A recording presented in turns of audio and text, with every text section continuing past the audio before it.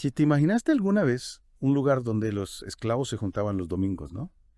Y que terminara siendo la cuna del jazz. Increíble, ¿no? La Plaza del Congo en Nueva Orleans Sí, es una historia llena de ritmo, de resistencia totalmente. y una fusión cultural que te vuela la cabeza. Una mezcla explosiva. Exacto. Te desafía las narrativas históricas tradicionales y nos muestra el poder de la cultura para resistir la opresión. Hoy vamos a sumergirnos en la Plaza del Congo. Claro. No solo para entender cómo nació el jazz, sino también para descubrir cómo este lugar se convirtió en un símbolo de resistencia cultural y preservación de la identidad afrodescendiente Ajá. durante la época de la esclavitud. Porque lo que encontramos en la Plaza del Congo es una mezcla, como decíamos, explosiva. África Occidental, el Caribe, con influencias de Haití y Cuba. Wow. Y, por supuesto, Europa. Todo confluyendo en un solo punto. Claro. La pregunta es, ¿cómo un lugar de encuentro dominical para personas esclavizadas se transformó en la semilla de un género musical tan importante? Esa es la gran pregunta, ¿no? Y creo que para responderla tenemos que entender el contexto histórico. Totalmente. Estamos hablando de Nueva Orleans a finales del siglo XVIII, Ajá, en plena época de la esclavitud. claro. Imagínate la llegada masiva de personas esclavizadas, muchas provenientes del Congo, Sí. transformando la ciudad en un crisol de culturas. Y la Plaza del Congo, o Place Publique como se la conocía entonces, se convirtió en un punto clave para la comunidad afrodescendiente. Un punto de encuentro. Sí, ojo, no era un espacio de libertad absoluta, ¿eh? No, claro. Las leyes de la época eran muy restrictivas. Por supuesto. Pero a pesar de las limitaciones, los domingos por la tarde la Plaza del Congo se convertía en un escenario vibrante de expresión cultural. Ujú. ¿Te imaginas el sonido de los tambores africanos resonando en el aire? Uf. Los cantos ancestrales, las danzas con la bambula y la calinda. Es que esas expresiones culturales no eran simplemente entretenimiento, No, claro. eran una forma de resistencia. Resistencia. A través de la música, la danza y el canto, los esclavos mantenían viva su identidad, su historia, sus raíces, Claro. mantenían viva la llama. Y no solo eso, también estaban creando algo nuevo. Exactamente. Fusionaban sus tradiciones africanas con las influencias europeas y caribeñas que encontraban en Nueva Orleans, Sí. dando lugar a una mezcla única e innovadora. Un ejemplo perfecto de esa fusión es la contradanza. A ver, Imagínate, una adaptación satírica de los bailes de salón europeos, donde los esclavos se apropiaban de los pasos del opresor, pero les imprimían su propio ritmo, su propia energía, su propia crítica social. qué ingenio. ¿Te das cuenta? Una forma sutil pero poderosa de resistencia. Exactamente. Y a medida que Nueva Orleans se convertía en un hervidero de culturas, con la llegada de refugiados de Saint-Domingue y el actual Haití, y de Cuba, Sí. la Plaza del Congo se enriquecía aún más. Cada grupo traía consigo su propia música, sus instrumentos, sus ritmos, Claro. y todo se amalgamaba en la Plaza del Congo, creando un caldo de cultivo único para la innovación musical. Exactamente. Pero las autoridades no veían con buenos ojos esta efervescencia cultural. Claro que Para ellos, esas reuniones representaban una amenaza, un desafío al orden establecido. Ajá. Por eso, a partir de 1835, empiezan a imponer restricciones a las reuniones en la Plaza del Congo, prohibiéndolas por completo en 1851. Es que las expresiones culturales de los afrodescendientes siempre fueron vistas con recelo por el poder. Claro, se sentían amenazados. Consideraban esas reuniones como un caldo de cultivo para la rebelión, como un espacio donde se podían gestar ideas peligrosas. Y la cosa no termina ahí. En 1856, directamente prohibieron que las personas de ascendencia africana tocaran tambores o instrumentos de viento en la ciudad. Imagínate. Una barbaridad. El impacto de esa prohibición. Intentaron silenciarlos, Intentaron silenciar su música, su voz, su cultura. borrar su identidad. Querían borrar su identidad, pero no lo lograron. Es que la música, la danza, el arte, son fuerzas demasiado poderosas para ser contenidas. Totalmente. A pesar de las prohibiciones, la música se trasladó a espacios privados, a lugares secretos, donde las tradiciones se mantuvieron vivas, adaptándose a las circunstancias. La resistencia cultural siempre encuentra un camino. Siempre. Y es precisamente en esos espacios más íntimos donde la música se siguió desarrollando, fusionando, experimentando, que se empieza a gestar lo que luego conoceremos como jazz. Exactamente. La improvisación, la polirritmia, el swing, Elementos característicos del jazz que tienen sus raíces en las expresiones musicales que se cultivaban en la Plaza del Congo. Es como si la esencia misma de la Plaza del Congo se hubiera impregnado en el ADN del jazz, ¿no? Sin duda. Un legado que podemos apreciar en cada nota, en cada ritmo. Y ese legado no se limita solo a la música. No. La Plaza del Congo nos habla de resistencia, de creatividad, de la lucha por mantener viva la identidad frente a la opresión. Y nos deja pensando, ¿Verdad? ¿cómo podemos reinterpretar el pasado para reconocer las contribuciones de las comunidades marginadas? Es una pregunta fundamental. Y creo que la Plaza del Congo nos da algunas pistas. A ver. Nos enseña la importancia de escuchar las voces silenciadas, de valorar la diversidad cultural y de reconocer el poder transformador del arte. Exactamente. Y en la próxima parte de este Deep Dive vamos a profundizar aún más en la historia de la Plaza del Congo, ¿Vale?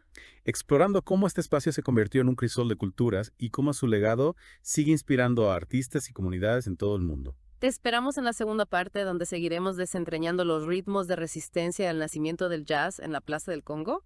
Buenísimo. Imagínate Nueva Orleans como un puerto, ¿no? Un puerto vibrante a finales del siglo XVIII. Sí. Un punto de encuentro para comerciantes, viajeros, esclavos y personas libres de todas partes del mundo.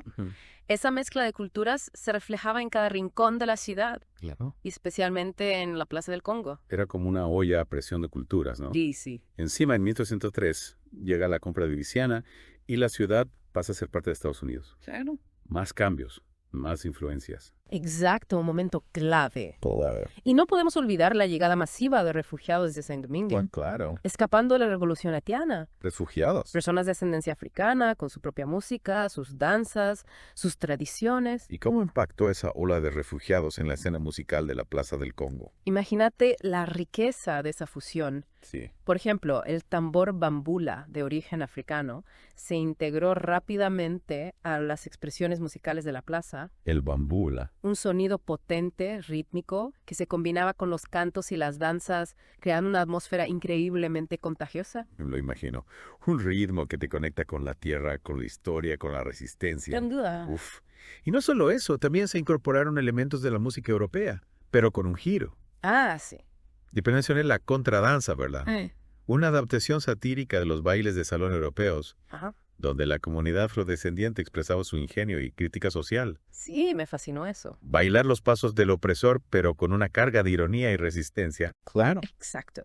Y en esa mezcla explosiva de estilos e influencias, encontramos las raíces del jazz. Las raíces del jazz. La Plaza del Congo se convirtió en un laboratorio musical, un espacio de improvisación, de experimentación, donde se estaba gestando un nuevo lenguaje musical. Pero no era solo música, ¿no? No, para nada. También era un punto de encuentro para la comunidad. Totalmente. Un espacio donde tejían redes de solidaridad, compartían historias, vendían sus productos artesanales. Era un centro comunitario al aire libre, Sí. un espacio vital para la comunidad afrodescendiente en Nueva Orleans. Un lugar de encuentro. Un lugar donde la vida social y cultural se entrelazaban, donde se fortalecían los lazos que les permitían resistir la opresión. Claro, porque no podemos olvidar el contexto. Claro. Estamos hablando de una época donde la esclavitud era una realidad brutal Exacto. y cualquier expresión de autonomía por parte de los esclavos era vista como una amenaza.